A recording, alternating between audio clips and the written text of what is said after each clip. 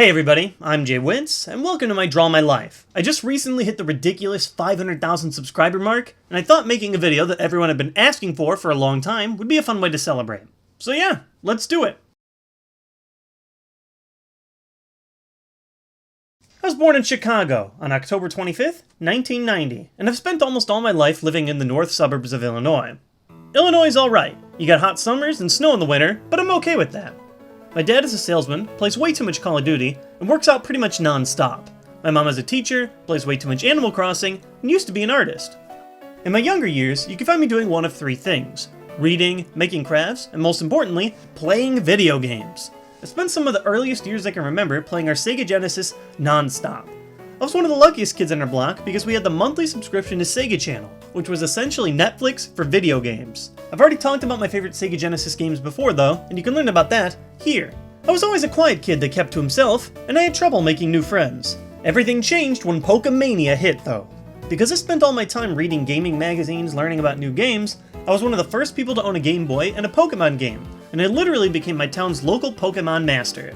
I was the first person at school to introduce the Missing No glitch. I recorded every episode I could find on VHS. My dad even drove me up to our local Toys R Us Pokemon trading card game league, where I learned how to master the game. One of my fondest memories as a kid was a party that I had at my house on the release day of Pokemon Stadium for the Nintendo 64. I was the coolest kid in school for a day, and it was great. Pokemon didn't last forever though, and it seemed like as Pokemon died out for mainstream popularity, so did my friendships. My love of Pokemon turned from an asset to a liability. Starting with 5th grade, a lot of things turned for the worst. I went through a huge growth spurt which made me lanky and uncoordinated. I developed cystic acne before most people had so much as a pimple, and I became extremely emotional in general. Everyone bullied me, and it got really bad. People would tease me for little to no reason, just because they knew I'd get upset. The biggest problem was the emergence of the AOL Instant Messenger, or AIM. Everybody had it back in the day before Facebook and Skype chat existed, and people would use it at any chance they could to find my screen name and harass me. One girl's screen name was even Josh Hader for a while. I tried to get the school involved, but cyberbullying was completely new, and nobody knew how to deal with the student interaction that happened outside of the school on the internet. It sucked. It wasn't until the 8th grade that things changed a bit. I finally began to grow into my new body, and I was able to dominate in sports, something I'd been terrible at and teased for years. Some bullies still existed though, but when one of them started to harass me at a friend's birthday party, I did the unthinkable, and punched him in the face. He hit the ground and ran. Word got around school the next day, and the bullying stopped for good. I didn't even get in trouble. It's a weird situation, because punching someone in the face is never advice that I can give to victims of bullying today. I made a stupid decision, but ultimately it was a stupid decision that made my life a lot better. One thing I can say though, is eventually, things do get better.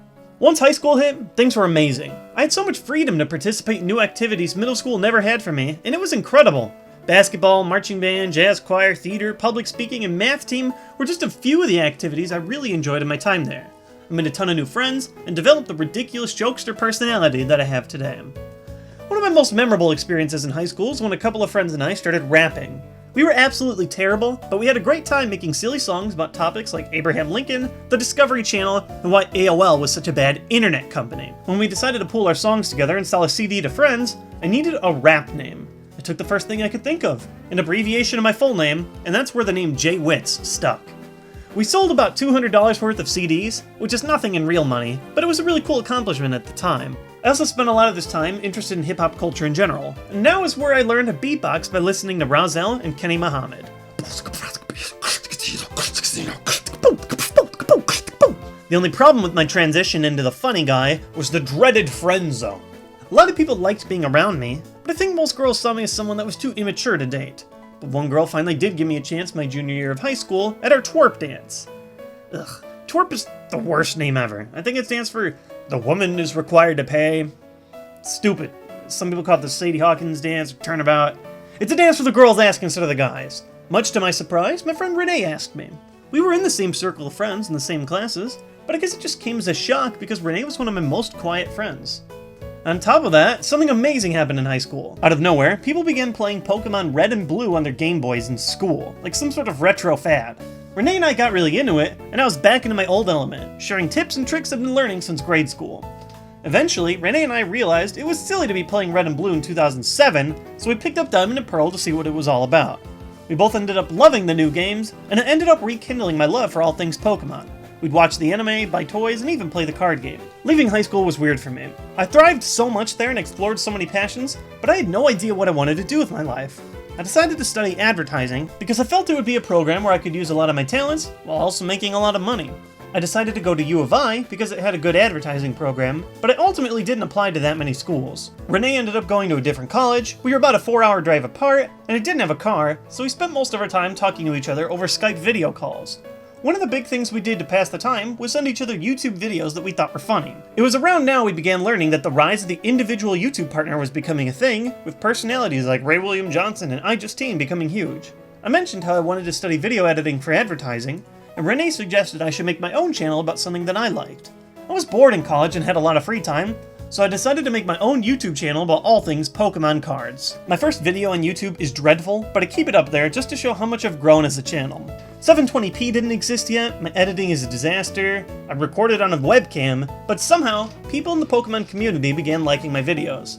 Mostly because no one in the trading card game community had tried making widespread videos before. I got a lot of flack from the elite community, who believed that a no-name player shouldn't be making videos about the card game strategy, but after winning a regional championship in 2010, more and more people began to respect me as a player that at least knew what he was talking about.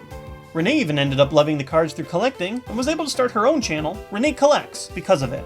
Not everything was perfect though. I began to hate my classes in advertising the more I was in them, and making the choice to live on my own my sophomore year left me lonely and depressed. I nearly failed an entire semester because I never got up and left my room, and I was pretty determined to drop out of college altogether. I didn't even have the energy to make new videos for a while. Thankfully, after some talks with my counselor, I decided to change my major from advertising to media and cinema studies, where I could spend all the time I wanted to learning about movies and video games in a scholarly setting. I finished my third year of college on a high note, finally taking classes that actually interested me and resembled something I'd want to work with in the real world. That summer, a crucial turning point happened in my channel. After having a conversation with one of my friends about Magic the Gathering, he mentioned the joke sets Unhinged and Unglued. I mentioned how they reminded me of the Imakuni Pokemon cards. He had no idea what I was talking about, and neither did my other Pokemon fan friends. I decided to use my knowledge of Imakuni and start a new series, Fact of the Day, where I talk about fun and strange Pokemon trivia that the average fan might not have heard before. These videos were a huge hit, so much so that I was actually able to start making a little bit of money from them. People loved hearing my facts and opinions on Pokemon, and in a strange way, it felt like I was in grade school all over again. My final semester of college was a breeze, and graduating was a huge relief for me. I won't say I hated college, but I just never found my place there the way I did in high school. Because I was able to graduate early with AP credit, I decided to use the 6 extra months I saved to do something I always wanted to try: make YouTube videos full-time. By making videos as a job rather than a hobby in my free time, I was able to make content more often than ever, and the amount of people watching my videos skyrocketed. Eventually, my channel reached the point where I decided to sign on with Maker Studios, home of the Game Station, which is now Polaris, to help with my channel management. The first full-time months were stressful, but I'm currently at a point in my channel where I'm extremely confident I'd be able to pay off my student loans and maybe even start a family through my videos. My job isn't easy. I work 50 to 60 hours a week managing my channel, writing scripts, recording and editing, but it never feels stressful because I love what I do so much and I have so many people supporting what I do.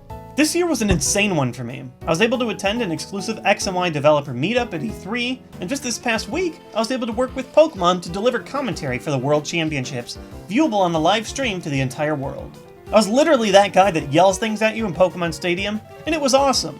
It's thanks to you guys that I'm able to live out my life dream, and I really can't thank you guys enough. I never would have believed you if you told me that my love for Pokemon would pay off someday, but I am so happy to be a part of this amazing community today. I don't know if I'll be able to make Pokemon videos for my entire life, but I'm sure gonna try, and with X and Y just around the corner, things are only looking up.